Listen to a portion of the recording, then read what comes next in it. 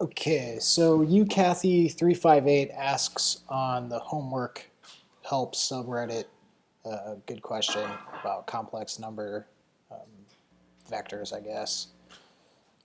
And the question reads, the complex numbers alpha, beta, gamma, and delta are represented in an Argand diagram by the points A, B, C, and D respectively. Describe the point that represents 1/2 of the quantity alpha plus gamma. Okay, so the answer here is that this is the midpoint of alpha and gamma. And I'll just do that out real quick. So we have 1/2 of alpha plus gamma, which is equal to 1/2 of, let's call it A1 plus A2I plus C1 plus C2I, and then we can use the commutative property to move stuff around and then reassociate. So this will become 1/2 of A1 plus C1 plus A2 plus C2I. And if you make this as an ordered pair, this will look a lot. This will look very obviously like what you're used to seeing as the midpoint formula. Everybody remembers this probably from like pre-algebra, algebra, pre-calculus, those classes. Okay, the real doozy of a proof. This seemed so much harder than it was. Actually did this out a couple of times, that's why it took so long to get this proof up. But okay, so part 2 here says, deduce that if alpha plus gamma equals beta plus delta, then A, B, C, D is a parallelogram. And above it tells you A, B, C, and D are associated with those complex number points, alpha, beta, gamma, and delta. So I'm going to sketch out a little complex number plane, and forgive me, my drawing skills are terrible. Okay. So basically we get, let's say this is alpha and beta. Alpha and beta. And then when you add those together, it makes some point out here, right? Maybe that's not, or this be like out here somewhere. Okay. And then if this is equal to the sum of two other points, C and D, okay, which are given by gamma and delta, then we're supposed to prove this is a parallelogram. And the way that we would do this is we would prove that the slope of AB is equal to the slope of CD.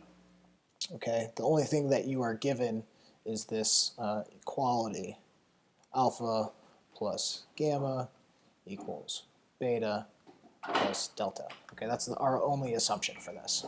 So basically what you're going to do is you're going to transpose beta and you're going to transpose gamma. So we'll get alpha minus beta equals delta minus gamma.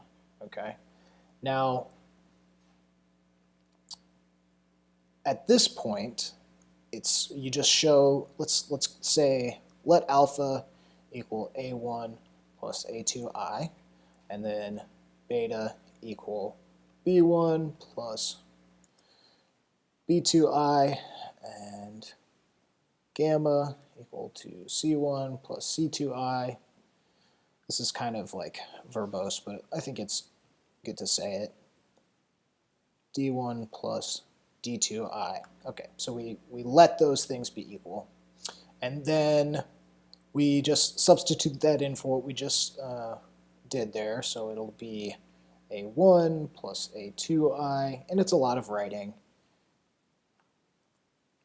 minus B1 minus B2I equals D1 plus D2I minus C1 minus C2I.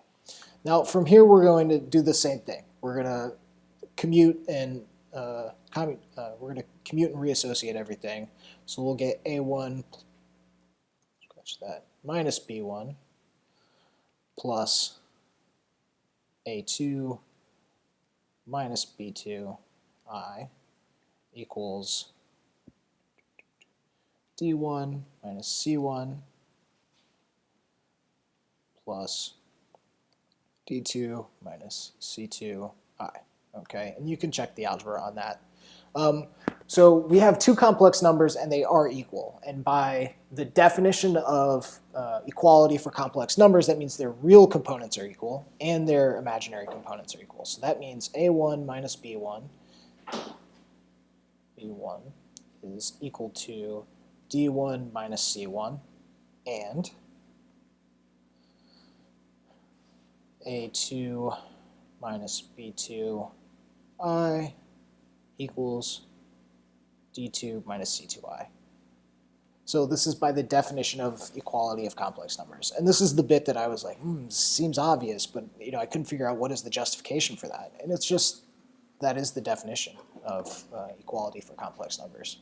And we can actually, why don't I show you that? So I like Wikipedia for these things, but where does it say it? So equality. So two complex numbers are equal if and only if both their real and imaginary parts are equal. So that's the definition. And sure, that's really frustrating because if you got hung up there like I did, you probably spent too much time on this. Okay, so we have those statements. Now let's remember what the definition of parallel is. So the definition of parallel is that two lines have the same slope. And if we say that the slope of AB is equal to the y component, the difference of the y components. Actually, let's do it the other way around just so you can see it immediately. The difference of the y components divided by the difference of the x components. Okay, then, so that's the slope of AB, right? By definition of slope. Then from this substitution, direct substitution property of equality, we have this one, and we have this one. So this is going to be equal to D2 minus C1 I over D1 minus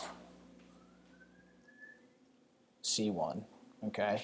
And then what is that? That is the slope of CD by definition of slope. Okay, so we have two sides parallel, and I'm not going to do it the other way.